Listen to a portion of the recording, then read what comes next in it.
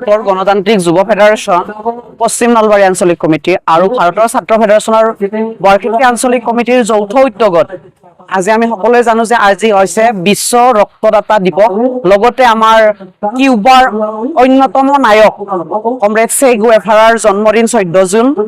তেখেতে 1928 চনতে জন্মগ্ৰহণ কৰিছিল। মাত্ৰ 39 বছৰ বয়সতে তেওঁ কিউবাত যি মহান বিপ্লৱ, এই মহান বিপ্লৱৰ মাজেদি সমাজৰ এটা সেৱা কৰিছিল, সমাজ বিপ্লৱ আৰম্ভ কৰিছিল।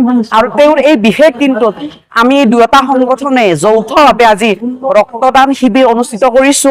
আৰু এই ৰক্তদান শিবিৰৰ জৰিয়তে আমি সমাজত এটা বাৰ্তা দিব খুজিছো যে সমাজত যিবিলাক চলি আছে অন্ধবিশ্বাস, কুসংস্কাৰ, এই কুসংস্কাৰ বিৰুদ্ধে আমাৰ যি সংগ্ৰাম, এই সংগ্ৰাম আমি অটুট ৰাখিছো। আৰু লগতে আমাৰ ভাৰতৰ গণতান্ত্ৰিক যুৱ ফেডাৰেশ্যনে প্ৰতি বছৰে এই দিনটো গোটেই ভাৰতবৰ্ষতে ৰক্তদাতা দিৱস হিচাপে পালন কৰি আছে। আৰু সেই মৰ্মে আমি এই কাৰ্যসূচী গ্ৰহণ কৰিছো। আৰু ইয়াৰ মাজেদি আমি আমাৰ সমাজত যি বিজ্ঞান প্ৰতিষ্ঠাৰ যি যুঁজ, এই যুঁজখন আমি আগুৱাই নিছো। আমাৰ জানো যে আমাৰ সমাজত এতিয়াও অন্ধবিশ্বাস, কুসংস্কাৰে আমাৰ সমাজখনক এটা ব্যাঘ্ৰিত কৰিছে, যাৰ কাৰণে আমাৰ অঞ্চলবিলাক, আমাৰ সমাজ ব্যৱস্থা দুৰ্বল গতিত গতি কৰিছে। আৰু আমি বিজ্ঞান ভিত্তিক চিন্তা চৰ্চাত যদিও আগুৱাই আছো, কিন্তু আমাৰ সমাজত এতিয়া অন্ধবিশ্বাস আৰু কুসংস্কাৰ বিলাক চলি আছে।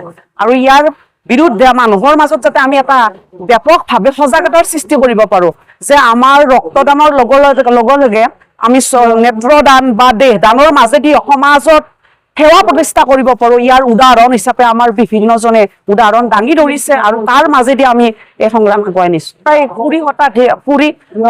20 জনৰ অধিক আমাৰ ৰক্তদাতা ইয়াত আমাক সহযোগ জনাইছে। আমি তেওঁলোকক আমাৰ ফালৰ পৰা আন্তৰিক অভিনন্দন জ্ঞাপন কৰিছো। আৰু নলবাৰীৰ পৰা তেওঁলোক আহিছে বিভিন্নজনে, তেওঁলোককো আমাৰ ফালৰ পৰা আমি আন্তৰিক কৃতজ্ঞতা আৰু ধন্যবাদ জানাইছো। তেওঁলোকে কিন্তু আমাৰ স্ব ইচ্ছাই এই ৰক্তদান শিবিৰত অংশগ্ৰহণ কৰিছে।